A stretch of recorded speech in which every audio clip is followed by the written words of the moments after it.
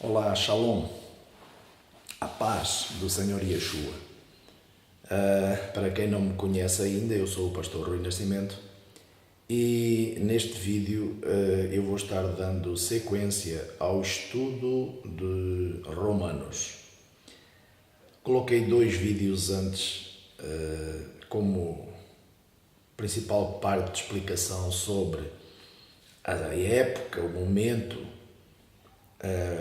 que era vivido, que a igreja vivia lá em Roma, e creio eu que depois de ter explicado muito resumidamente o que estava acontecendo na época que Paulo escreveu essa carta, vou agora passar à leitura e ao estudo desta carta de Paulo, sem, no entanto, deixar de afirmar que eu gostaria ainda de acrescentar algo que eu não deixei, nem tampouco abordei nos outros 2 vídeos anteriores. É que nós precisamos de entender que hoje nós vamos em qualquer loja e compramos uma Bíblia, nós vamos em qualquer lugar e cada um tem milhões de Bíblias pelo mundo. Naquela época não era assim, não havia Bíblias, primeiro ponto, e quem tinha o Tanar, isto é, a Antiga Aliança ou o Velho Testamento, era só, praticamente, quase que exclusivamente, as sinagogas e os rabinos, as pessoas que se dedicavam por inteiro a isso, os copistas, os fariseus, esses grupos que frequentavam as sinagogas e estudavam nos Shabates as Escrituras. Porém, não era um estudo aprofundado das Escrituras, eles liam uma parte da Torá, nós vemos isso quando o Senhor Yeshua, lá em Lucas, no capítulo 3 ou 4, acho que é o capítulo 4 de Lucas, Yeshua entra na sinagoga no dia de sábado e lhe dão a Torá, lhe abrem o rolo e ele pega no rolo e lê uma passagem de Isaías e depois volta para o seu lugar e diz que, olha, hoje se cumpriu esta profecia aos vossos olhos. Então, era praticamente exclusivamente nas sinagogas que havia uma Torá. E ninguém saía por aí pela rua com a Torá debaixo do braço para ler, porque era caríssimo uma Torá e porque era algo sagrado e que só existia em lugares considerados sagrados. E esse lugar tinha uma arca específica para guardar a Torá e era lá que ela ficava, nas sinagogas.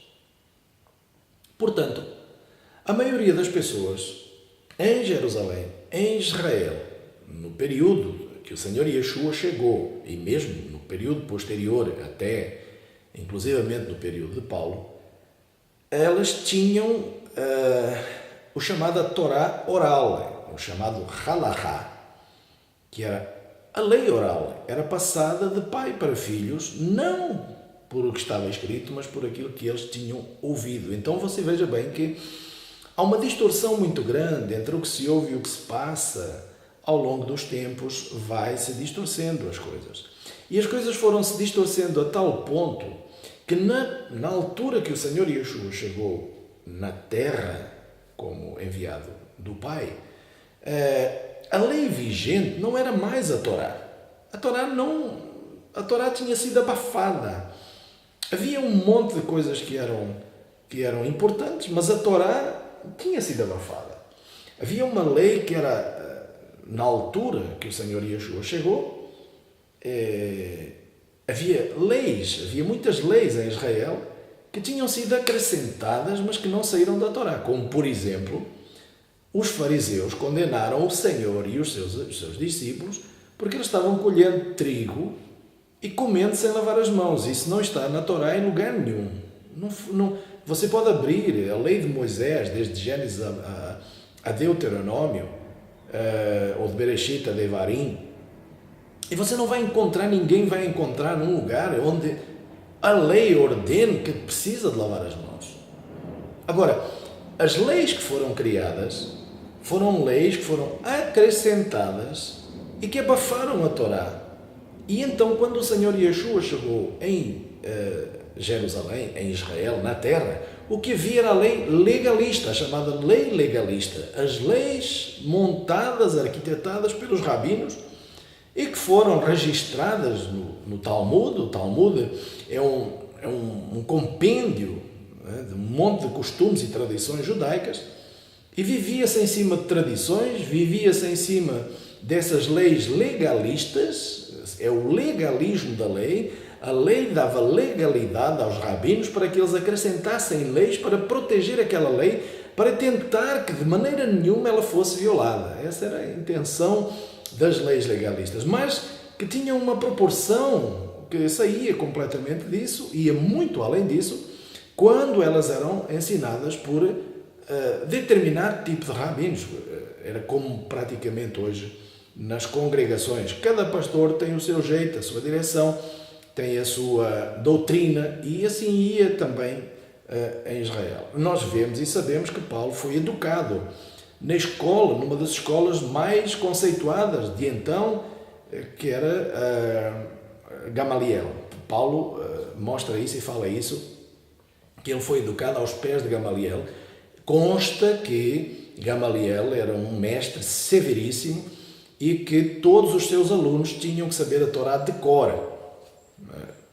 Os 5 primeiros livros da Bíblia, o Pentateuco, eles tinham que decorar. Bom, então havia realmente uma severidade em relação às Escrituras, mas depois havia todo aquele legalismo que envolvia as Escrituras e havia toda a lei oral. Não é? O povo, na sua grande maioria, nunca tinha lido a Torá.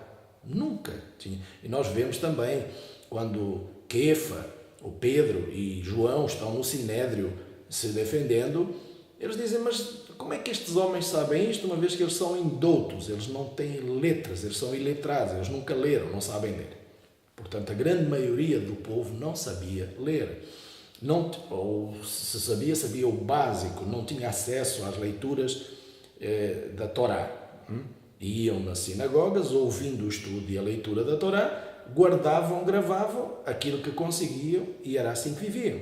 E hoje, também como lá então, já tinha, e havia uma série de livros que rodeavam a Torá, e há uma série de livros como a Mishnah, o Sidur, o Talmud, até a própria Cabala, são livros escritos e colocados no meio do povo judeu por judeus que não creem no Senhor Yeshua. Portanto, não são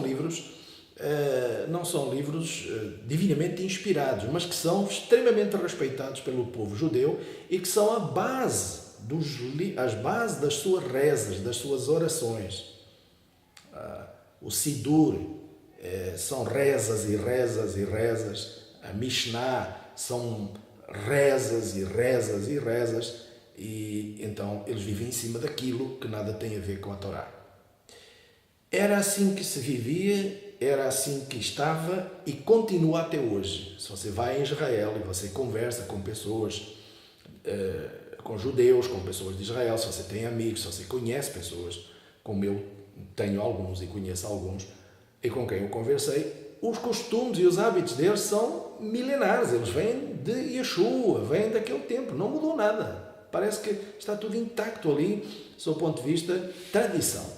E, portanto, é muito difícil nós entrarmos com esse Evangelho, com as boas novas, porque eles vivem na base da tradição e debaixo da alçada dos rabinos, que não abrem mão disso, uma vez que é o pão nosso de cada dia deles. Eles vivem disso e, portanto, não podem perder os seus discípulos. Bom, posto isso, vamos então à leitura da carta que Paulo escreveu, não para os romanos. Esse título que está aqui, Paulo aos Romanos, não existiu nunca. Isto foi acrescentado, foi colocado pelos católicos. Não tem nada a ver com carta para os romanos. Nós vamos ver para quem é essa carta. Paulo, servo do Messias Yeshua, chamado para ser apóstolo, separado para anunciar as boas novas de Deus, o qual antes tinha prometido pelos seus profetas nas santas Escrituras acerca do seu filho. Então, quem prometeu foi Deus. Deus tinha prometido através dos profetas que ele viria, traria boas novas. Isso é promessa das boas novas. E esse seu filho, da descendência de Davi, segundo a carne, ou seja, que como homem veio da descendência da linhagem de Davi, foi declarado filho de Deus com poder, segundo o que? O Espírito de Santidade, pela ressurreição dos mortos. Yeshua HaMashiach, nosso Senhor, pelo qual recebemos a graça e o apostolado, por amor do seu nome, para a obediência da fé entre todos os gentios, entre os quais sois também vós chamados para ser de Yeshua HaMashiach. A todos os que estáis em Roma, amados de Deus, chamados para ser santos, graça e paz, da parte de Deus, nosso Pai, e do Senhor Yeshua HaMashiach. Bom, vamos analisar aqui já estes primeiros 7 versículos, para entendermos então que Paulo está fazendo uma apresentação pessoal. Ele está dizendo, olha, eu sou apóstolo, fui chamado por Deus para anunciar a vocês aquilo que já estava prometido nas Sagradas Escrituras, não estou inventando nada. Está escrito lá na Torá, é só ir lá ver aonde e se certificar dessas promessas de Deus. E então ele diz, é Deus quem está prometendo isso, é Deus quem falou isso, não sou eu. E ele está dizendo, esse filho dele, que está escrito nas Escrituras, nós vemos em Isaías 53, nós vemos em Oséias, nós vemos em Daniel, nós vemos em vários lugares onde Deus anuncia, nós vemos em Deuteronômio, não é? Quando Deus fala para Moisés que levantará do meio dos teus irmãos um profeta igual a ti, a ele ouvirão, e eu pedirei contas àqueles que não ouvirem as minhas palavras, que ele falará por mim. E Yeshua fala, em João ele diz que as palavras que eu vos falo não são minhas, são do meu Pai que me enviou. Então, é claro que combina, casa tudo. E Paulo está dizendo, eu sou enviado por esse Deus que anunciou o seu Filho, e esse Filho foi declarado Filho de Deus com poder. Por quê? E aqui Paulo explica por que ele foi declarado Filho de Deus. Ele diz, por causa da sua santidade, por causa do Espírito de santidade, pela ressurreição dos mortos. Por que ele ressurgiu dos mortos? Por que ele não ficou preso? É isso que Paulo está dizendo aqui. Porque ele tinha um espírito de santidade, ele obedeceu integralmente à Torá, a palavra do Pai, nunca inventou nada. Então Paulo está apresentando o Messias, está apresentando a quem? Aqueles que conhecem a Torá ou aqueles que estão querendo conhecê-la. Porque não adianta nada, alguém aí do mundo, um romano, andava lá passeando e chega alguém perto dele e diz, olha cara, você está adorando aí um Deus pagão, mas tem um homem que morreu lá em Jerusalém, um judeu, e foi pendurado numa cruz. E eu falei assim, pendurado? Então era um bandido, porque só era pendurado bandido. E esse cara foi pendurado por causa de você, mas foi injusta a morte dele, e ele ressurgiu dos mortos e para você ser salvo. É para uma pessoa que nunca leu a Torá, que não está esperando nada, é ridículo, é um absurdo. Então, Paulo não está falando para essas pessoas que não conhecem nada. Ele está falando para quem conhece as Escrituras, tanto assim é que ele diz, olha, essa promessa está lá nas Sagradas Escrituras. Sagradas Escrituras não contemplam Novo Testamento. Novo Testamento não faz parte de Sagradas Escrituras. Novo Testamento é testemunho, são narrativas, mas Sagradas Escrituras não é não. Então Paulo anuncia esse Yeshua e diz, olha, ele se tornou filho de Deus, sabe porquê? Por causa do Espírito de Santidade. Esse Espírito de Santidade é o mesmo que João cita quando ele diz que eu e você, não sei quem está vendo se você é ou não é, cada um sabe de si, ele cita que agora nós somos filhos de Deus. Agora sim. Por quê? Por causa da nossa fé no Senhor Yeshua. E, portanto, se eu tenho fé em Yeshua, eu tenho que andar em santidade também como ele andou. Caso contrário, eu vou ficar preso na morte. Por isso é que o Senhor Yeshua disse, cada um carrega a sua cruz e siga-me. A sua cruz é para que no final, se você não for aprovado, você vai ser pendurado nela mesmo.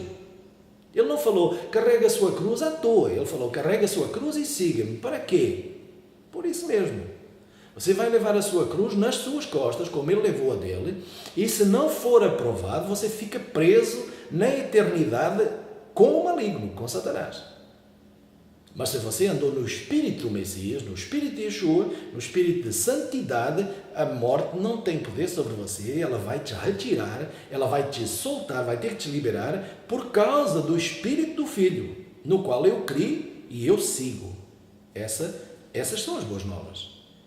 Outrora eu não conhecia as Escrituras, eu andava no pecado, eu andava fora da graça de Deus, mas agora pelo Filho e pelo Espírito de Santidade, que me foi dado e revelado, que me revela e ensina todas as coisas, eu vou à Torá do Pai, às Sagradas Escrituras, e eu vejo o desejo do Pai para mim, eu vejo a vontade do Pai para mim, e eu dou sequência àquilo que o Pai quer que eu siga. Essas são as boas novas. Agora eu estou dentro dessa graça do Pai. E Paulo continua dizendo que essa graça, nós recebemos a graça, ele está falando nós, ele, não é? Veja que a forma de Paulo escrever é uma forma muito engraçada. Ele está falando nós, mas ele está falando dele. Não é nós, é Paulo que está se apresentando e ele está dizendo que ele recebeu o apostolado. Ele está dizendo pelo qual recebemos a graça e o apostolado, por amor do seu nome, para a obediência da fé entre todos os gentios, entre os quais vós sois também chamados. Veja, Paulo diz que ele está chamando, Deus está chamando os santos, os escolhidos, os separados que estão entre os gentios. Ele não está dizendo que é os gentios. Ele está dizendo de entre os gentios, entre todos os gentios, os quais sois também vós chamados para ser de Yeshua HaMashiach. A todos os que estáis em Roma, amados de Deus, chamados para ser santos, graça e paz de quem? Da parte de Deus, nosso Pai, e do Senhor Yeshua HaMashiach. Veja que Paulo faz uma separação completa, logo aqui, para começarmos, entre o Pai e o Filho. Ele não diz que o Filho agora é Deus, ele diz de Deus, nosso Pai, e do Filho, Yeshua HaMashiach. Quem foi chamado? Vós que estáis entre os gentios. Quem é que estava entre os gentios e que foi chamado? As ovelhas perdidas da casa de Israel, que estão perdidas até hoje, que continuam sendo procuradas até hoje, e enquanto, por isso é que o Senhor diz, Paulo diz também aqui na mesma carta de Romanos, quando os gentios atingirem a plenitude, todo Israel será salvo. Por quê? Porque os gentios, porque as ovelhas perdidas da casa de Israel estão no meio dos gentios. E quando o Evangelho for pregado a todo o mundo, então as ovelhas perdidas da casa de Israel, que ouvirem a voz do Mestre, do pastor de Israel, do Senhor Yeshua, elas seguirão. E então virá o fim.